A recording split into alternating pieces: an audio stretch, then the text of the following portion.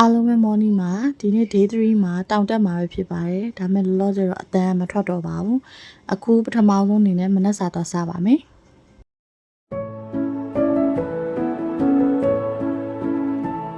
မနက်စာကိုတော့ဘယ်နေရာရောက်ရိုးရမပြဲရှမ်းခောက်ဆွဲပဲစားပါတယ်ဒါကတော့ဖေဖေမှာထားရလေဖေကြီးပါချမ်းမှာထားတဲ့နှက်ကော်ဖီပါဒါအခုကျိုင်းတောင်စတက်နေပြီပေါ့နော်ကျိုင်းတောင်ကကျတော့သူကားနဲ့တဝက်တက်လို့ရတယ်ပြီးတော့ခြေချင်းတဝက်တက်လို့ရပါတယ်ဆိုတော့ဒီလိုတောင်ကြီးကနေပြီးတော့တချို့တွေကလည်းခြေချင်းပဲတောက်လျှောက်ပေါ့နော်တောင်ထိပ်ထိတက်ကြတယ်ဒါမှချမ်းတော့ကကျတော့ကားနဲ့တဝက်3ပုံ1ပုံလောက်ထိတက်ပြီးတော့ကျန်တဲ့2ပုံကိုတော့ခြေချင်းတက်ခဲ့ပါတယ်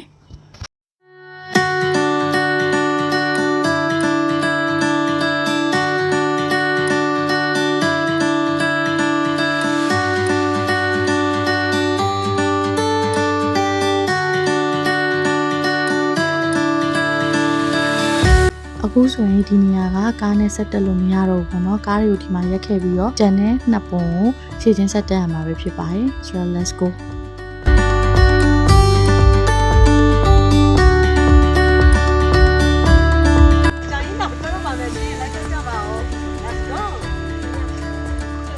先上啊，我这边，တောင်တက်ပါတော့မယ်အတန်တော့မထွက်ပါ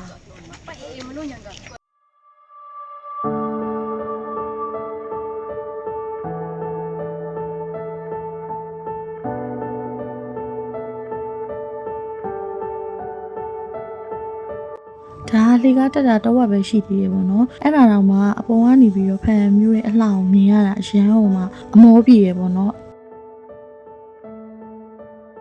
ဒါကတော့တောင်ပေါ်မှာရှိတဲ့စီဒီတဆူပေါ့နော်အဲ့ဒီမှာလည်းတောင်တက်လို့မောလို့ရှိရင်ရင်းမြစ်တော့မှထိုင်းပြီးတော့လည်းနားလို့ရပါတယ်ကြေးခေါင်းလောင်းလည်းထုလို့ရပါတယ်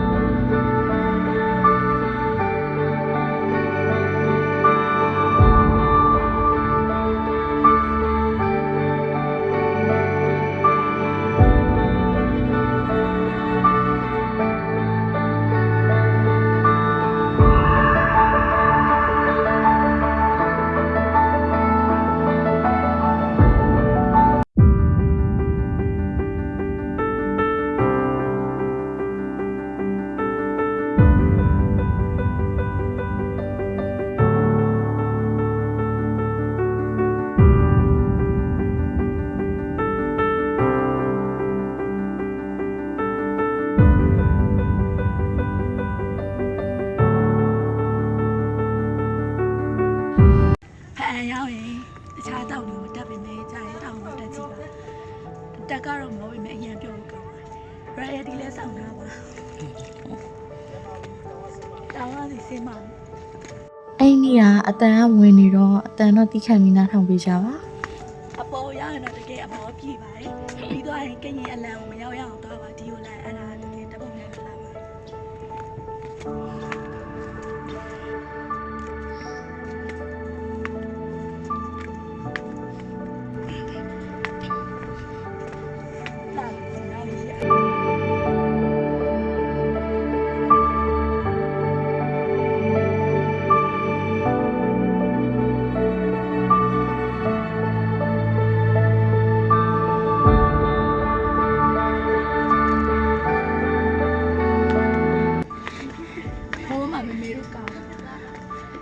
အောက်မှာတော့မနေချင်ခဲ့ပါဘူးဒီမှာလုံးထားလိုက်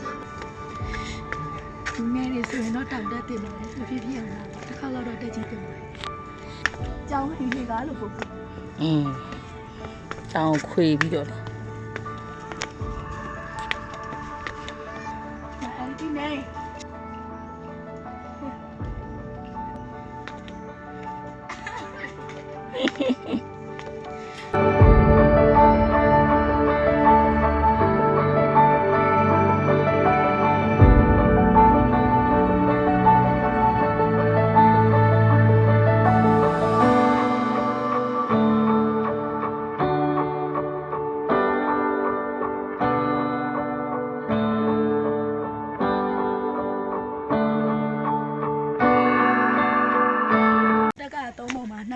နဲ့တက်ရတယ်တပုံကချီချင်းတက်ရတယ်အခုချီချင်းတက်တဲ့ဟာပြီးပါပြီ ရရတဲ့တောင်းအောင်ကိုရောက်ပါပြီ တောင်တက်နိုင်ခဲ့ပါပြီဟုတ်ပါ ကားမှာပထမဆုံးတောင်းတက် တောက်တဲ့ချင်းတွေ့ကြုံ ကားနဲ့ကားမောင်းပြီးတောင်းတက်ချင်းတွေ့ကြုံ တပည့်ရဲ့ပထမဆုံးကားမောင်းတောင်တက်တဲ့တွေ့ကြုံမှာဖြစ်ပါတယ်ချမ်းလည်းတူတူပဲပထမဆုံးတောင်တက်ဖူးရမှာမမေကတော့ဒူနာလည်းမတက်ပါဘူး အောက်ွယ်ကင်မရာမန်ရိုက် အင်းလက်ချက်ကျွေးပါတယ်တပုံနဲ့ရိုက်ပေးပါတယ် စသားရစသားရ ကိုကစစရအနင်းနာလည်းခံပါတယ်ဒီမှာပါပြလိုက်ပါဟယ်လိုအယောနေရှာ နေပါ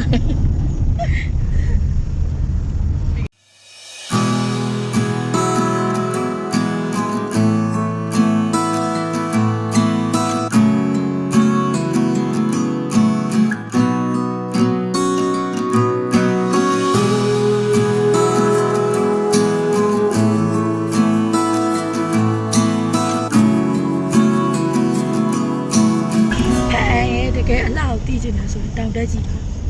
တောင်တက်တော့တကယ်တွေ့ရမှာ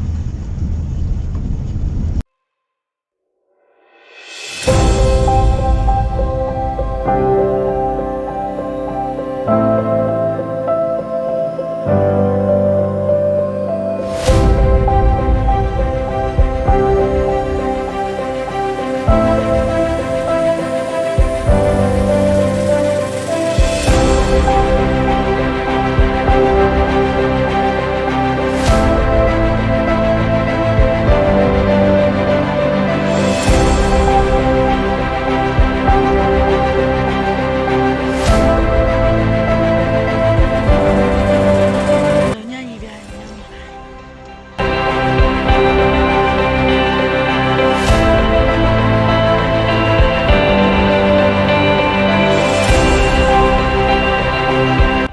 လွန်ညရေပြရင်ဟိုချမ်းတို့ရောက်သွားတဲ့ချိန်ကမိုးရဲမဟုတ်တော့ရေကတော့ပြမနေဘူးပေါ့နော်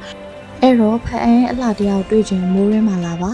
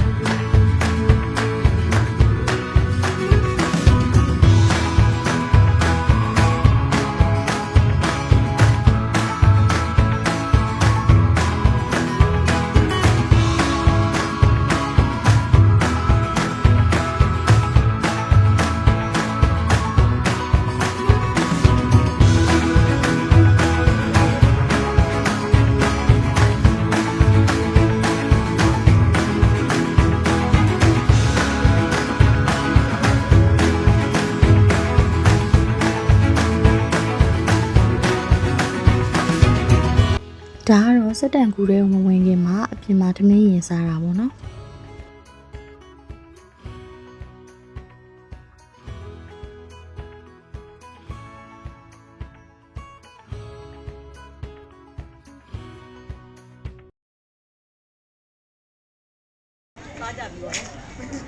ထားပြီးသွားပြီပေါ့ကွယ်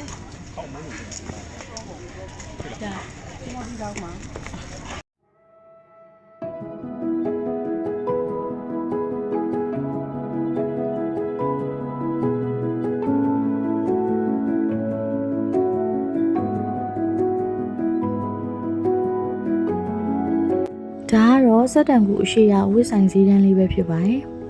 အမှဆိုရင်လက်ဆောင်ပစ္စည်းတွေရောကရင်ရိုးရာဝတ်စုံတွေလည်းဝယ်လို့ရပါတယ်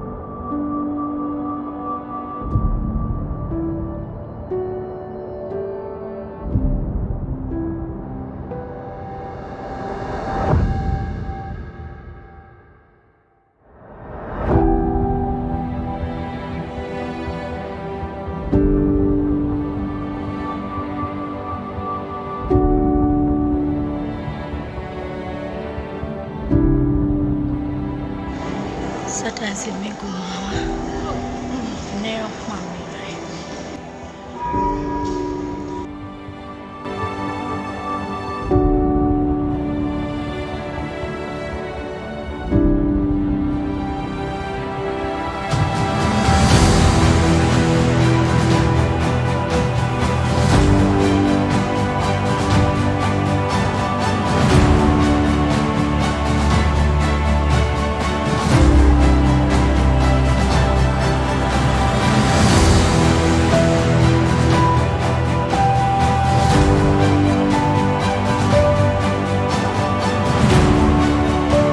အဲ့တန်တရားကိုရှောက်တဲ့ချိန်မှာပေါ့နော်အရင်ကြောက်ကြောက်လန့်လန့်နဲ့ရှောက်နေရတယ်ပေါ့နော်တရားကလှုပ်နေတာပေါ့နော်ဒါမဲ့လည်းတေချာထိန်းပြီးတော့ရှောက်ခဲ့ပါတယ်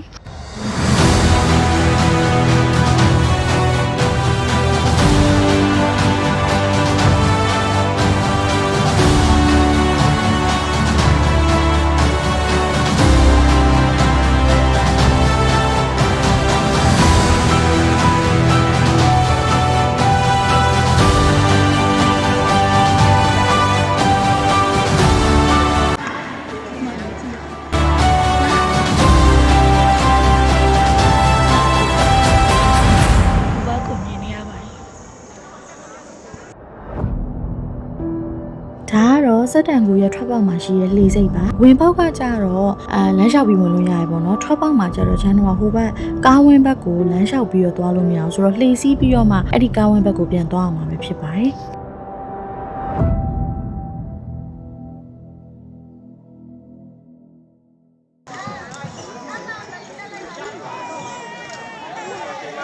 ချမ်းရေကြောက်တတ်တယ်ပေါ့နော်ဆိုတော့လေစီးရဲ့ခါကျတော့ထိတ်မှထိုင်နေမယ်သူများရဲ့လှလှပပလေးတော့ post မပေးဖြစ်ဘူးပေါ့နော်ဘာလို့ဆိုကြောက်နေတာပေါ့နော်အဲ့လေကလည်း fiber လေဆိုတော့လေဟိုဘက်ရင်ရင်ဒီဘက်ရင်ရင်ကိုလေကလှုပ်နေတာပေါ့နော်ဆိုတော့မရဲတရဲနဲ့ပဲရအောင်တော့ရိုက်ခဲ့ပါတယ်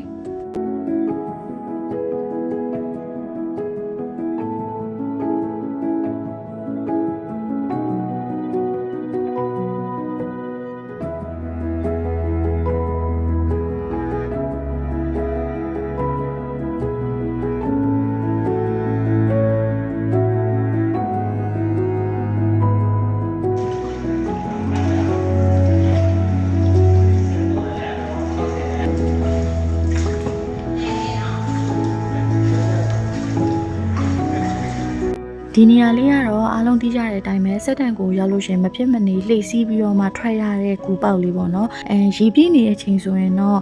ပို့ပြီးတော့လှရပေါ့နော်တကယ်ရောက်တော့လေအရန်ကိုအေးစိမ်ပြီးတော့အရန်ခံစားလို့မိုက်တယ်ပေါ့နော်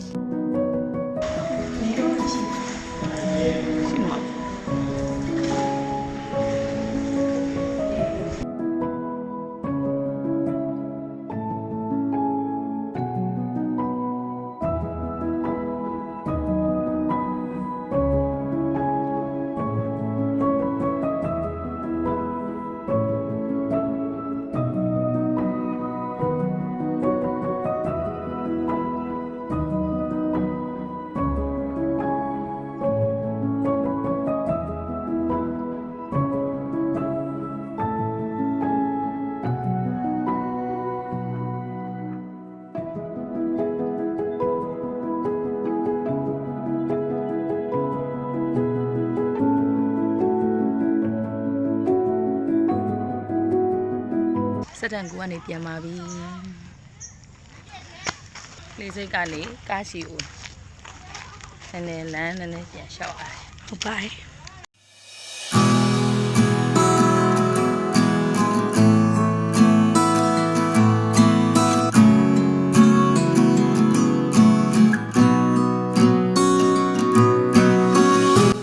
ဒါကတော့နောက်ခလိုင်းရီကိုသွားနေတဲ့လမ်းမှာ15မိနစ်လောက်မောင်းပြီးရဲ့အခါမှာတော့နောင်ကလိုင်းရေကိုရောက်လာပါပြီ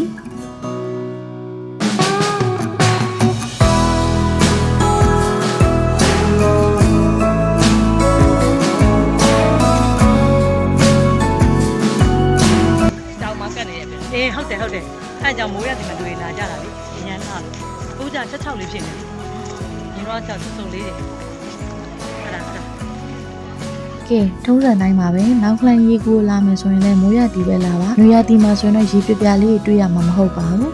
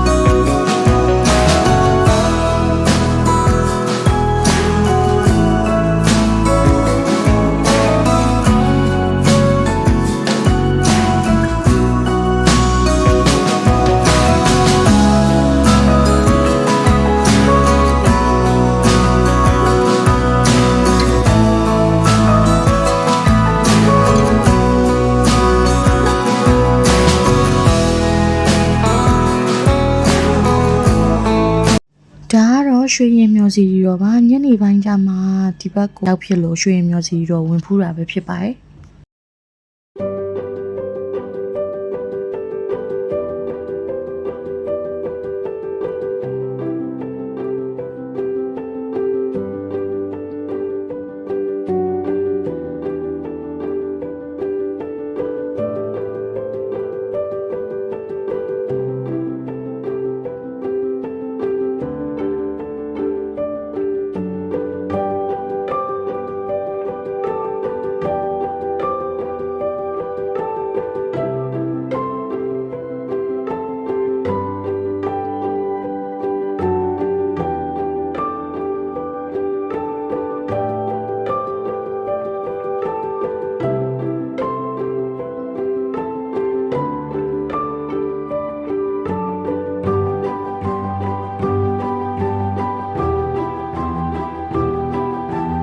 အခုကတော့ကန်းနာစီမှာမုတ်သွားစားမှာပဲဖြစ်ပါတယ်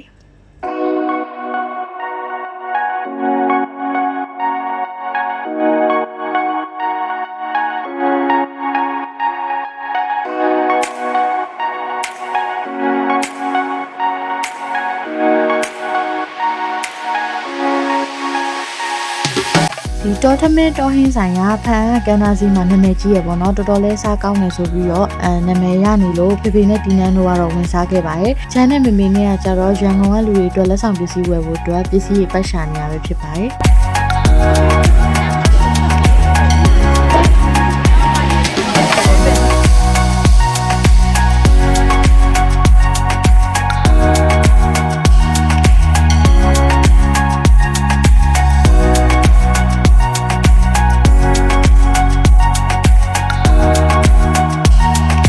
ကဲခုကတော့ဖန်အန်းနေပြန်ပါပြီဒါကတော့မနက်ခင်းဖန်ရဲ့အလှတရားလေးကိုရိုက်ပြထားရပဲဖြစ်ပါတယ်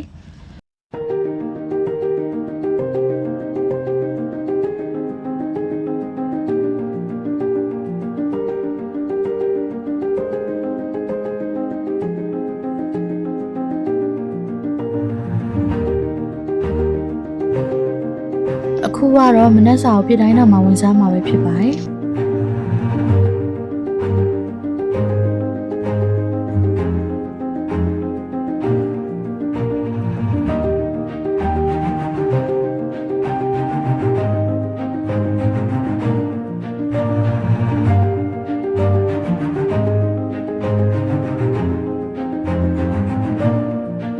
ချမ်းတို့ကပထမဖန်ကနေပြန်တော့ပေါ့နော်လမ်းမှာကြိုက်ထီရိုးဖះကကျတော့လမ်းကြုံနေအဲ့တော့ကြိုက်ထီရိုးဖះဝင်မဲဆိုပြီးတွားခဲ့ပြီးမြဲကြိုက်ထီရိုးဖះရဲ့တောင်ကြီးတောင်မရောက်သေးဘူးပေါ့နော်ဒီဘက်ကားတန်းနေရအရန်များနေရမို့လို့မဖူးတော့ဘဲနဲ့ကြိုက်ထုံမြို့မှာရှိရဲ့ထိုင်တော်မူဖះကိုပဲဝင်ဖူးခဲ့ပါတယ်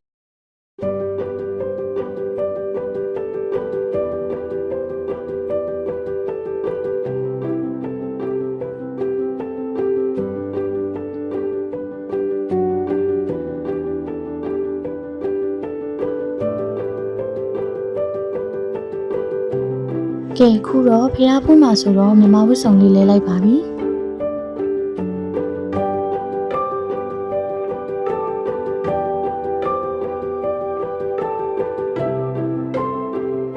ဒါကတော့ဖះကြတော့ဗောနော်တောင်ကုန်းလေးပေါ်မှာရှိတော့အဲ့ပေါ်တက်ဖို့အတွက်ကားနဲ့လည်းတက်လို့ရတယ်ဒါမှချမ်းတော့ကားနဲ့မတက်တော့ဘဲနဲ့ဘက်ကီနဲ့တက်မှာဗောနော်အဲ့ဒီအတွက်ဘက်ကီလက်မှတ်ဝယ်ဖို့စောင့်နေရပါချမ်းတို့သွားတဲ့ရက်ကဖျားဖို့ရက်ဆိုတော့လူရမ်းများတယ်ပေါ့နော်ဆိုတော့ဘက်ကီပေါ်တော့မှနေရာရဖို့မြင်မြင်ပြေးတက်ရတယ်ပေါ့နော်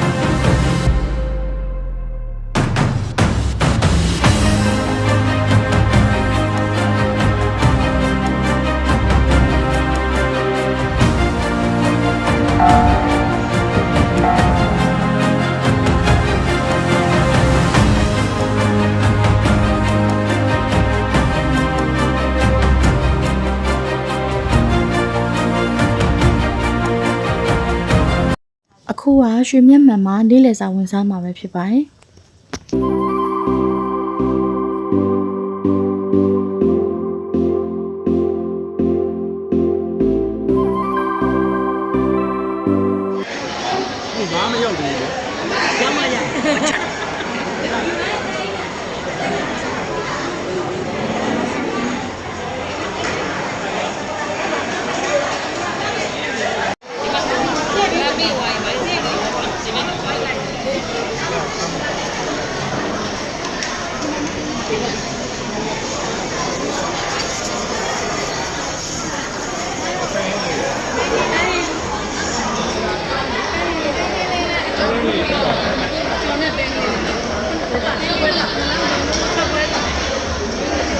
ရွှေမျက်မှန်ရဲ့အသက်ကတော့ဟင်းအနှစ်ပေါ့နော်တော်တော်လေးလဲစားလို့ကောင်းပါတယ်ချမ်းကတော့ကြက်ကြော်နဲ့စားတာပေါ့နော်